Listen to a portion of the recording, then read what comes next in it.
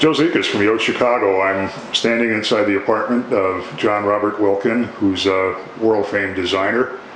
And John, I'm thrilled to be here. I have a feeling that I'm almost sitting down in Charlie Trotter's kitchen and having him cook me dinner. Well, there certainly is a lot of drama here, and what inspired all that you see right here is the stone columns. The shape of them just immediately said to me Egyptian temple, and here we are. It's funny because I did the model for this building, and the model was immediately underneath this unit, and when we were assembling that and putting that together, I was like, oh my god, this is really great, I could live here. Well, 2 minutes later, I'm signing paper for a contract, and here I am 10 years later still in the building. I love the building. I love the location. I love being able to run out the front door and catch a cab in 30 seconds and go to my office or go to Michigan Avenue or go wherever. One of the things that really attracted me to this particular unit was the gallery. In other units in the building, you know, there's not quite the sense of entry, the gracious entry that this corner apartment has, and that was one of the reasons why I really fell in love with this very gracious, very dramatic entry before you get into the residence itself.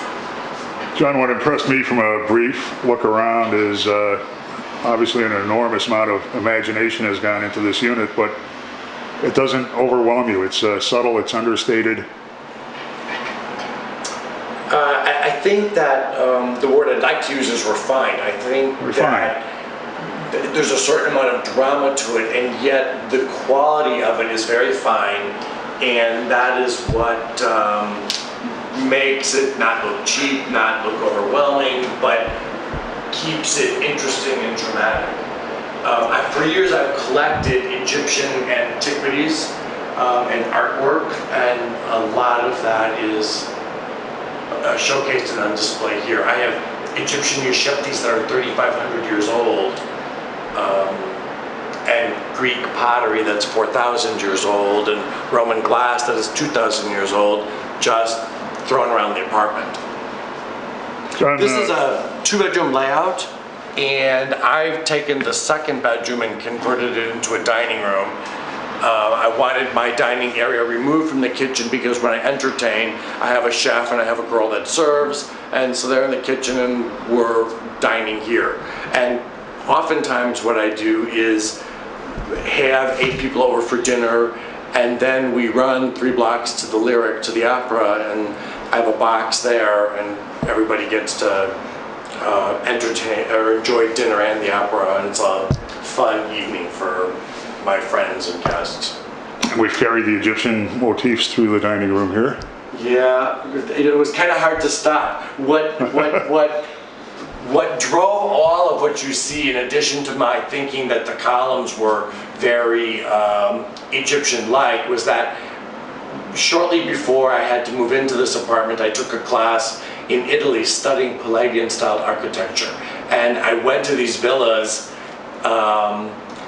and I mean, everything was painted from floor to ceiling, the doors, the ceilings, the walls, everywhere. And I had originally intended on just doing one wall in the foyer, but after coming back from this tour, I'm like, oh no, I can't do that, I just gotta do the whole thing. So here we are, I've done the whole thing.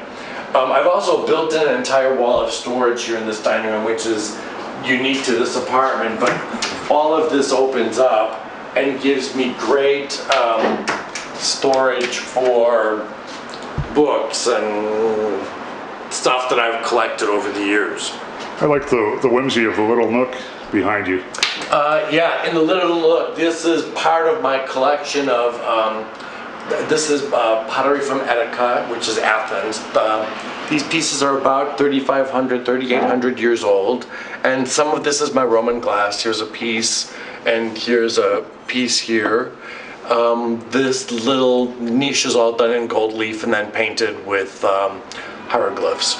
Where do you find artisans who can do the murals that you have in? Oh, you know what? These people were really talented at Sima Studios, and they've done tons of work for me over the years.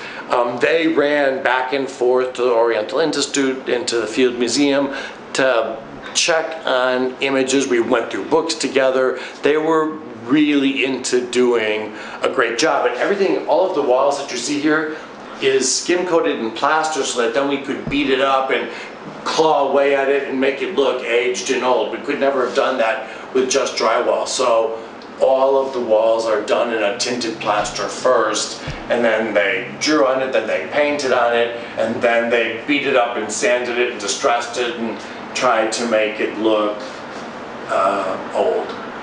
I would imagine it's pretty tough to satisfy as demanding a client as John Robert Wiltgen. Have you been able to satisfy yourself with your unit?